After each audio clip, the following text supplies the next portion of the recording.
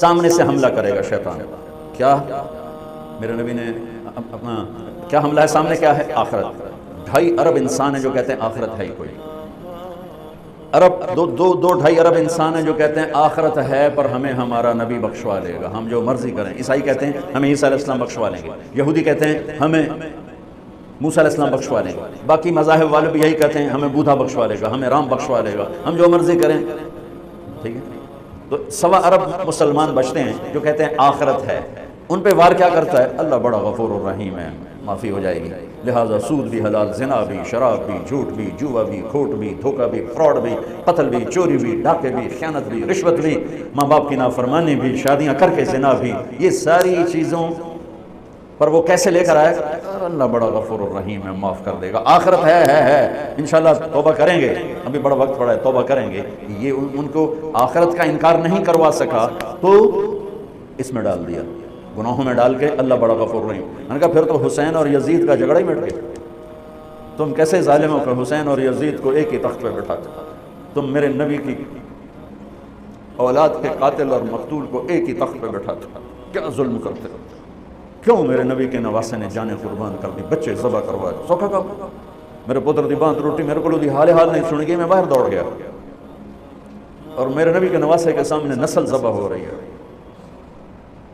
اگر شراب اور شربت میں فرق نہیں ہے، زنا اور نکاح میں فرق نہیں ہے، حلال اور حرام میں فرق نہیں ہے، جھوٹ اور سچ میں اگر فرق نہیں ہے، ناپ تول میں کمی اور ترازو کے صحیح تول میں فرق نہیں ہے، ظلم اور انصاف میں فرق نہیں ہے، محبت اور نفرت میں فرق نہیں ہے، تو پھر کربلائیں والے کیا تھے؟ نادان تھے. کربلا تو ایک نہیں ہے، کتنی کربلائیں ہیں، وہ بہت بڑی تھی. اس کے بعد ہر وہ مجمع، عورت یا مرد، افراد یا بچہ جو اللہ کے نام پہ اپنی جان کے نذرانے پیش کر گیا اور ظالموں کے ظلم کا شکار ہوا، یہ سب کربلا کے ساتھ، یہ سب حسینی قافلے کے ساتھ ہوں.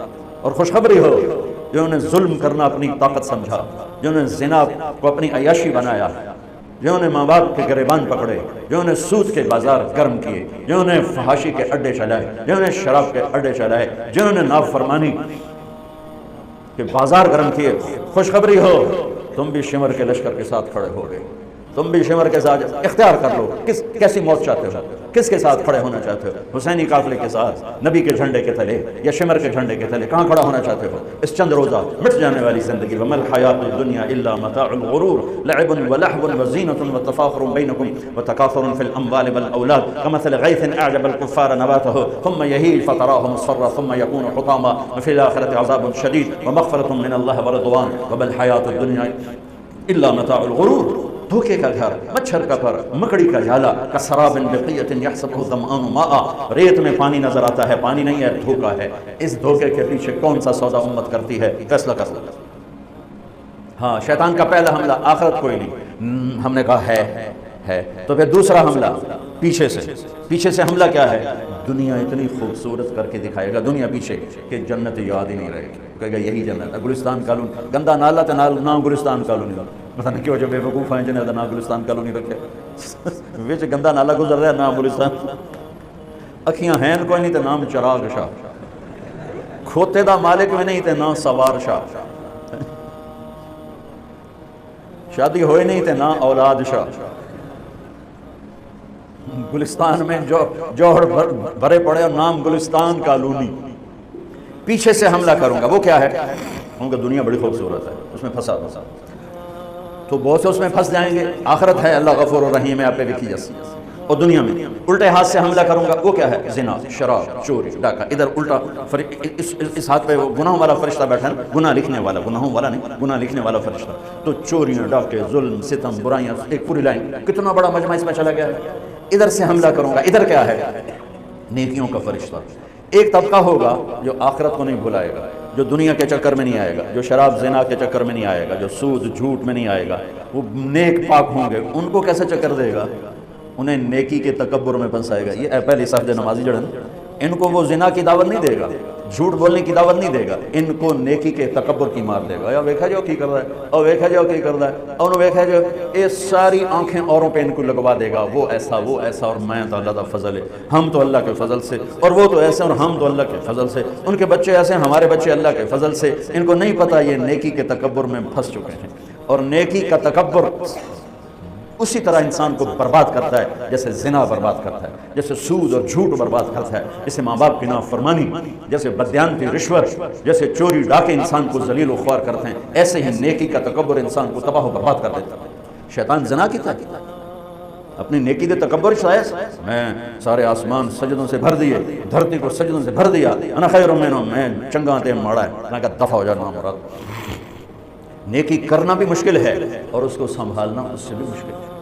اس لیے میرے بھائیوں، میں ہاتھ جوڑ کے کہتا ہوں جن کو اللہ نے نیکی کی توفیق دی ہے، اس زبان سے یہ زبان کسی پہ نہ چلانا ورنہ تم پہ چل جائے گی، یہ ان آنکھوں سے کسی کے عیب نہ دیکھنا ورنہ گرفت میں آ جاؤ، کسی کو حقیر نہ جانا۔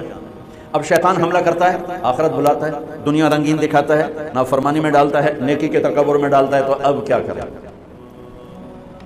علی تقتحم الفوارس هكذا عني وعنهم أخروا أصحابي عبد الحجارة من صفاهة رأيه وعبدت رب محمد بالصواب وعفت عن أثوابه ولبنني كنت المقتر بزني أثوابي لا تحسبن الله قادل دينه ونبيه يا معشر الأحزاب۔ یہ اشعار فی البدی پڑھی، اس میں سے میں نے ایک کا ترجمہ آپ کو کر کے دے دیا ہے۔ تو ڈھال کیا ہے؟ دشمن سے بچاؤ۔ تو کوئی ڈھال ہونی چاہیے جو شیطان سے بھی بچاؤ ہو، وہ تو کم وقت ہمارے دل میں اتر جاتا ہے۔ تو میرے نبی کی ایک حدیث، الصوم جنہ الصوم جنہ الصوم جنہ، میں دہرا رہا ہوں، روزہ ڈھال ہے، روزہ ڈھال ہے، نماز ڈھال ہے نہیں، زکوٰۃ ڈھال ہے نہیں، حج ڈھال ہے نہیں، جہاد ڈھال ہے نہیں، تبلیغ ڈھال ہے نہیں، تلاوت ہے نہیں، تہجد نہیں، تسبیح نہیں، قربانی نہیں، خیرات نہیں، کیا؟ روزہ شیطانی لشکر کے خلاف ڈھال ہے۔ اس لیے میرے نبی رمضان کے آنے کو پورا سیلیبریٹ کرتے تھے، اتنا نہ حج نہ نماز نہ روزہ نہ زکوٰۃ جتنا حج کو روزے کو میرے نبی استقبال کرتے تھے۔ کوشش فرمائیں ہمارے روزے قبول ہوں، اور اس میں جو چیزیں اللہ کو پسند ہیں وہ کرتے جائیں گے تو انشاءاللہ روزہ قبول ہو جائے گا۔ تراویح کا اہتمام فرمائیں، تہجد کا اہتمام فرمائیں، بہت آسان ہے، کھانا کنٹرول میں رکھیں۔ جو اس پر افطاری پہ جو تباہی مچاتے ہیں نا، اگر وہ چھوڑ دیں تو پھر کوئی مسئلہ نہیں، تراویح پڑھنا پڑنا، تہجد پڑھنا پڑنا، ہلکا سا کھائیں، تھوڑا سا کھائیں، کوئی فروٹ لے لیں، کوئی پکوڑا لے لیں، کوئی ایک آدھ کھجور لے لیں، ایک گلاس ڈیڑھ گلاس سادہ پانی ٹھنڈا نہ ہو وہ پی لیں، اور نماز پڑھ کے چائے پی لیں، اور عشاء پڑھ کے تراویح پڑھ کے جو مرضی کھانا ہے کھا، تو پھر انشاءاللہ آسان ہوگا۔ لیکن جو حال ہوتا ہے سموسیاں دا پکوڑیاں دا، وہ تو نماز ہی نہیں کسی پڑھنی، تراویح کہیں پڑھنے، اٹھے نالے کھول کے ڈٹھے پائے ہوں۔